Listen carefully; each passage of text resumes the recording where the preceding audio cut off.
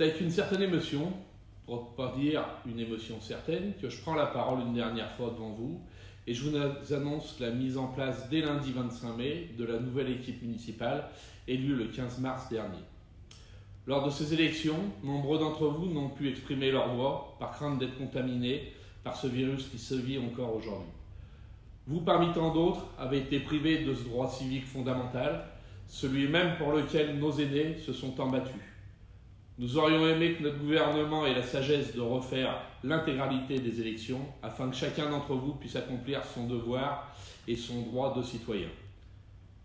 Hélas, il est ainsi. J'espère que la nouvelle équipe sera à l'écoute de vous tous, comme nous avons essayé de l'être durant ces 6 dernières années. S'il y a un bilan à présenter, ce n'est pas celui de maire, mais celui de mon équipe municipale qui a abattu un travail considérable. Tout d'abord, Gilles Descamps, qui a su gérer avec compétence et rigueur les finances communales. Chers élus romaines et élus romains, depuis 1995, j'ai été en charge de la gestion des finances de notre commune. Sur ce dernier mandat, l'État a considérablement réduit nos dotations, et malgré cette pression financière avec le conseil municipal, nous avons tenu à conserver les mêmes taux d'imposition inchangés depuis 35 ans. Nous laissons un taux d'endettement plus que raisonnable qui laisse la possibilité de financement pour pouvoir réaliser des travaux importants.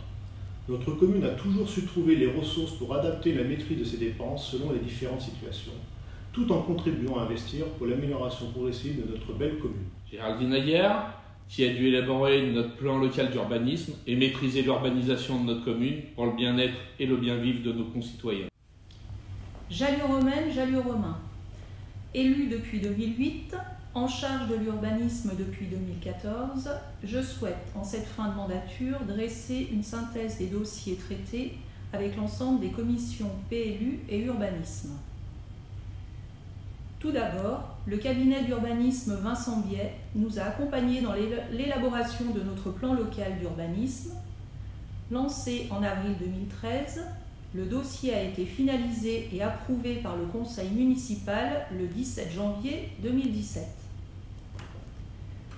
Compte tenu de l'extension en cours de la station d'épuration, en juillet 2019, nous avons engagé la modification numéro 1 de notre plan local d'urbanisme afin d'ouvrir à l'urbanisation l'orientation d'aménagement programmé numéro 1 secteur Les Vignes dans l'objectif de développer diverses formes d'habitat et aménagement intergénérationnel. Soucieux de garantir la maîtrise de son urbanisation à l'échelle communale, le conseil municipal a rejeté en 2017 la proposition de prise de compétence du plan local d'urbanisme intercommunal par la communauté de communes des Balcons du Dauphiné. Concernant les instructions du droit des sols, chaque dossier a été étudié par les membres de la commission avec la même équité et dans le respect des prescriptions réglementaires applicables de notre document d'urbanisme. Alain de Tria, qui a eu la lourde tâche des infrastructures et des travaux. Notre mandat d'élu local se termine. Donc je viens vers vous afin de vous présenter rapidement ce qui a été réalisé par la commission travaux de 2014 à 2020. Le projet de notre équipe concernant les travaux s'est axé principalement sur la construction et la modernisation de nos infrastructures. Globalement, nous avons investi chaque année pour 1 million d'euros et un peu moins en fonctionnement.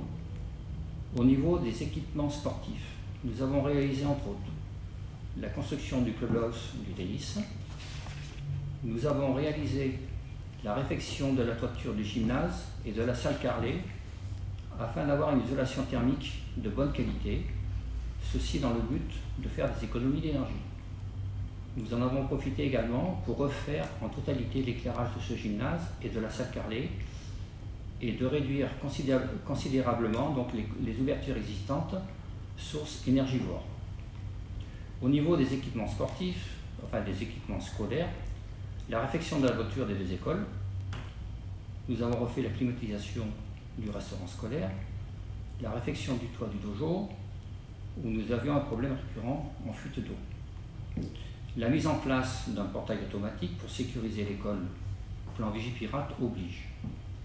Concernant les infrastructures liées pour sécuriser entre guillemets la commune, nous avons fait, donc, en coordination avec le département, la réalisation d'une chicane sur la rue du Girondin à l'entrée de Saint-Romain venant de Hyères-sur-Ambie.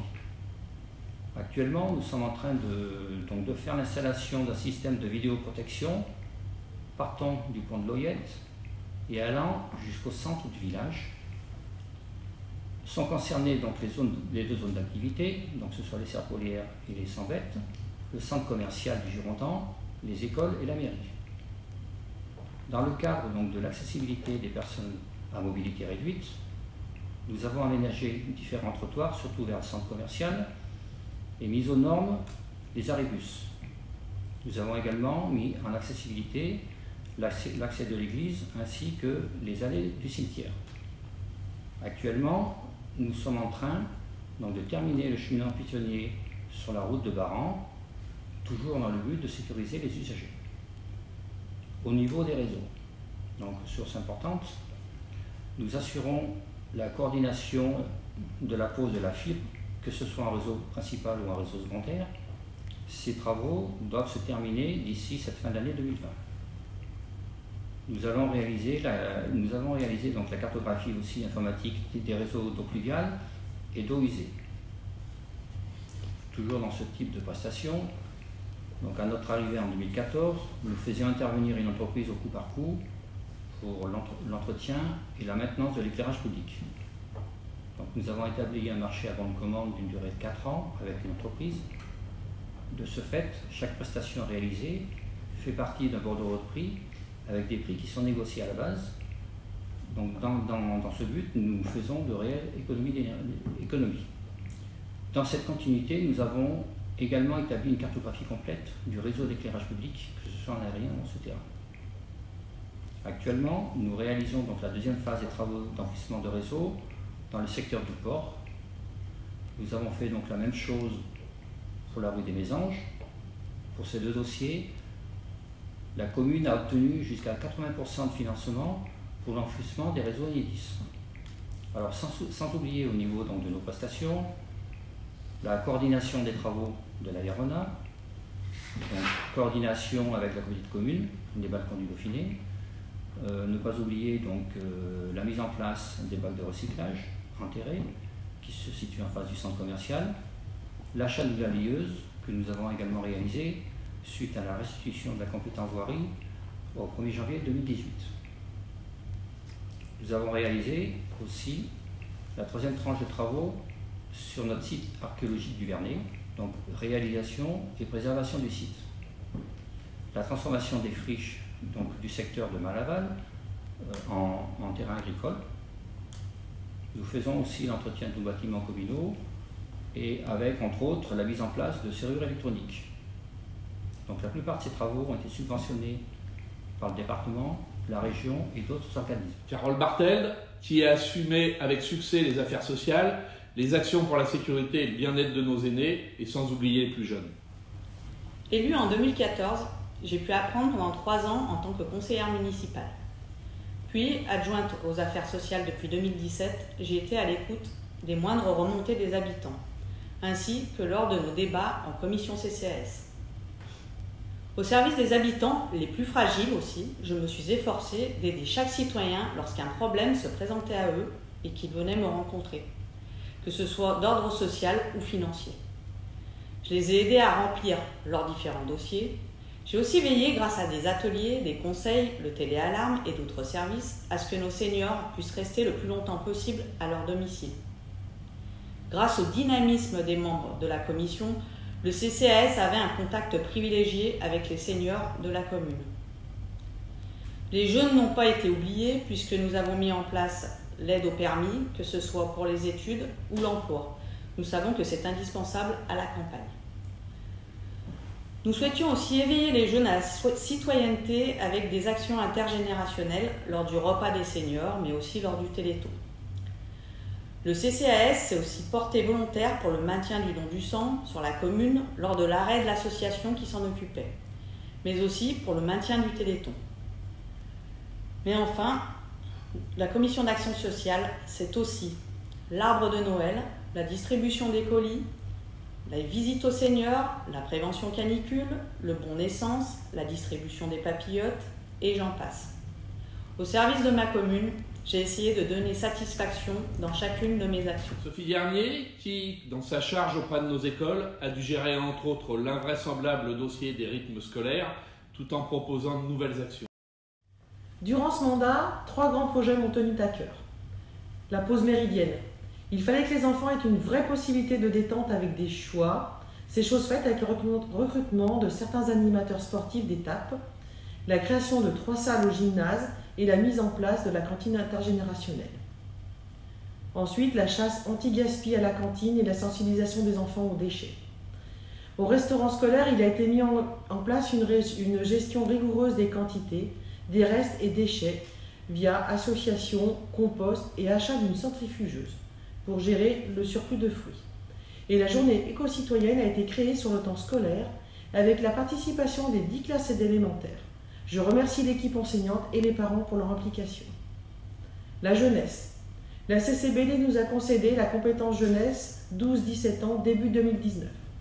En quelques semaines, nous avons créé et organisé le premier centre de loisirs pour le mois de juillet, ainsi que la commission jeunesse afin de connaître les attentes des jeunes. Ces derniers ont souhaité faire un jardin pédagogique, une manifestation Zumba pour le Téléthon et participer au repas des anciens. Toutes ces actions ont pu voir le jour grâce à la coopération très active du personnel communal et de quelques geôliers romains qui nous ont guidés, en particulier sur le jardinage et la gestion de certains événements. Patrice Gasque, qui a pris en main la vie de nos associations, notamment sportives, et s'est démené pour octroyer des subventions afin que tous nos enfants puissent pratiquer une activité.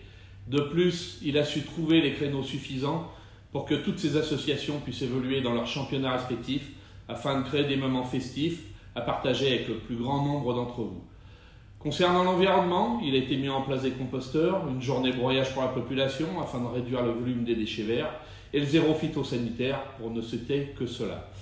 Un énorme travail de modernisation a aussi été fait au niveau de la communication, notamment en alimentant notre site internet, en rédigeant le bulletin municipal, en mettant en place les panneaux d'information, en créant une page Facebook de la commune, et pendant le confinement, la mise en place de l'application Politéa pour pouvoir être au plus proche des geôliers romains afin de pouvoir informer en temps réel des mesures prises.